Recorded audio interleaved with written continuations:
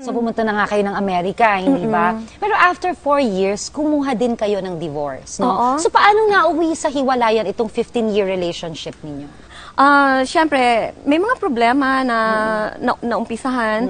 And siyempre, bilang may asawa ako, pinasok ko yon, pinapangatawanan ko, isa-save ko hanggang maaari. So ako talaga, I tried hard na talagang i-save ang marriage. Nung nag-decide kami talagang nakita ko na hindi na talaga kami pwedeng magkasundo.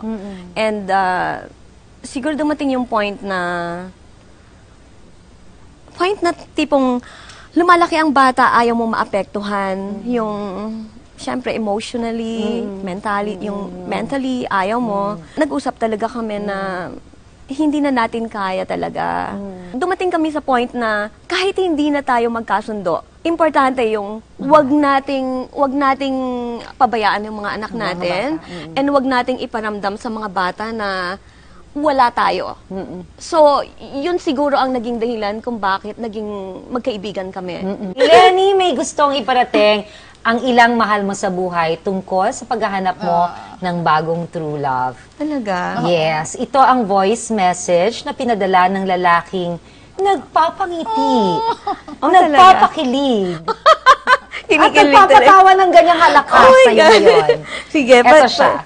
It's been long since I saw you and I miss you so much.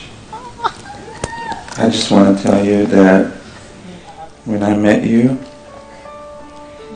I met a friend.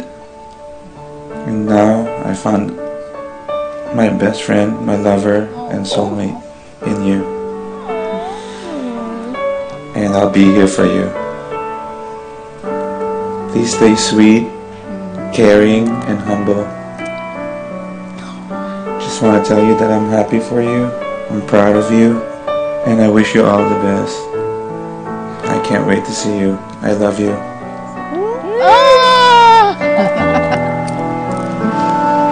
Happy naman ang sister ko. Anong reaction mo? Napaka-sweet naman. Actually talaga, best of friends talaga kami. Nakita ko talaga na meron akong kaibigan, may kabarkada ako. Hindi lang boyfriend. Yung alam mong pwede kaming magsama for the rest of our lives na talagang kahit kumulubot na siguro yung balat namin, tumanda na kami. Hawak ko naman ang mensahe sa'yo ng panganay mong anak na si Nika. Oo. Ready ka na? Ready ako, sige. Okay. Our relationships with both our parents are open. We're able to share anything with each other and understand each other's situation and decisions with an open mind. Yes, we are aware that my mom has her own love life, and we're okay with that. She's already a grown woman to be able to make her own decisions and choose who she wants to be with. We just look out for one another, give and take advices, but as long as she's happy, we're happy. Mom, I love you and miss you so much. Jappy and I are so proud of you. And we hope that your success continues to grow more than what it was before you put it on hold. I wish we were there with you right now, but for now, we'll be cheering you on from afar. Just keep up the good work, and we'll always be here for you, your #1 fans. I love you so much, Nika. Nika and your son.